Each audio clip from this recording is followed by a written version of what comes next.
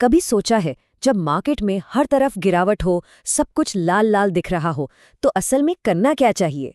ज्यादातर लोग तो डर ही जाते हैं।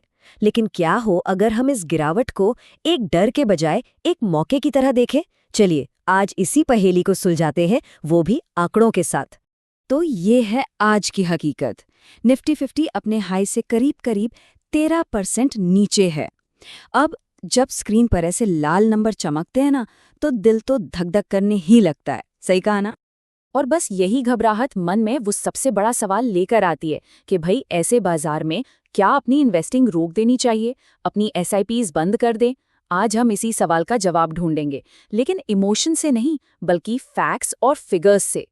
तो आज हम क्या क्या देखने वाले हैं? पहले तो मार्केट की मौजूदा हालत को समझेंगे, फिर एक 6 साल की एसआईपी की असली कहानी देखेंगे, जानेंगे कि इस कामयाबी का राज क्या है और सबसे बड़ा सबक क्या मिलता है, और आखिर में एक बहुत ही जरूरी नतीजे पर पहुंचेंगे। ठीक है, तो शुरू करते हैं हमारे पहले पड़ाव से। समझते हैं कि बाजार की मौजूदा हकीकत आखिर है क्या।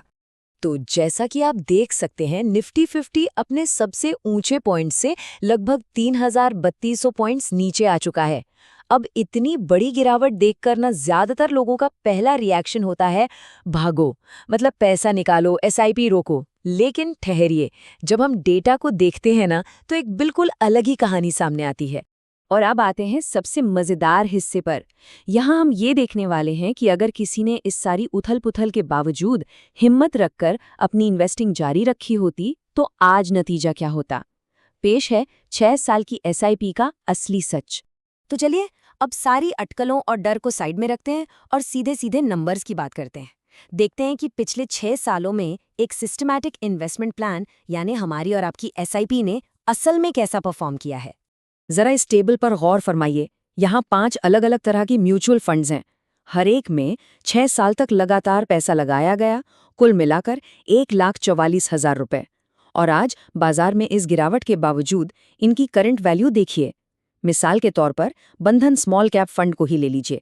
1,44,000 रुपए बढ़कर 2,57,000 रुपए से भी ज्यादा हो गए। है ना कमाल की बात? और ये चार्ट तो पूरी कहानी को बस एक झलक में ही बयां कर देता है।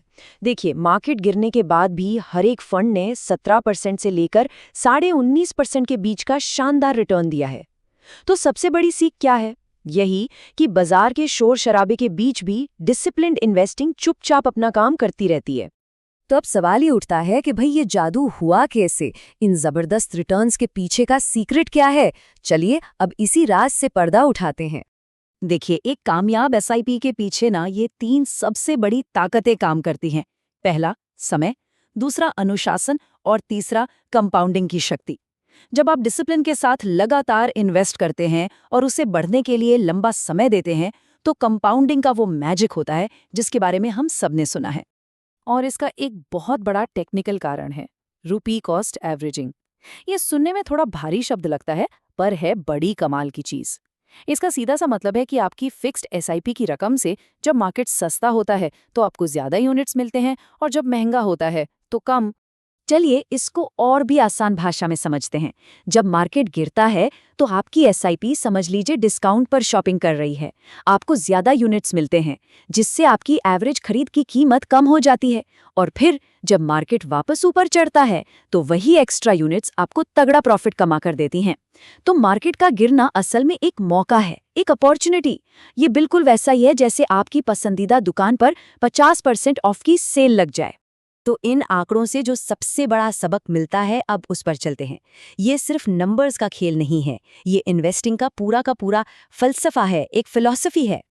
और ये बात बहुत गहरी है, इसे ध्यान से सुनिएगा।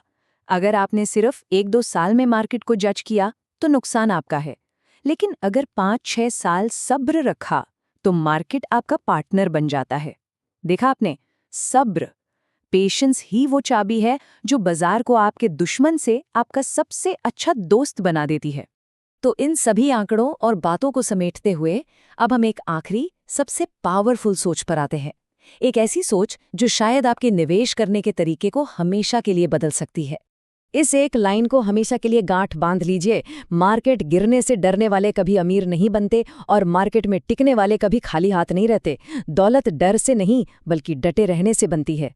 तो आज की इस पूरी बातचीत से अगर सिर्फ एक बात याद रखनी हो तो वो ये है कि बाजार की गिरावट डरने के लिए नहीं बल्कि एक मौके की तरह उसे अपनाने के लिए है।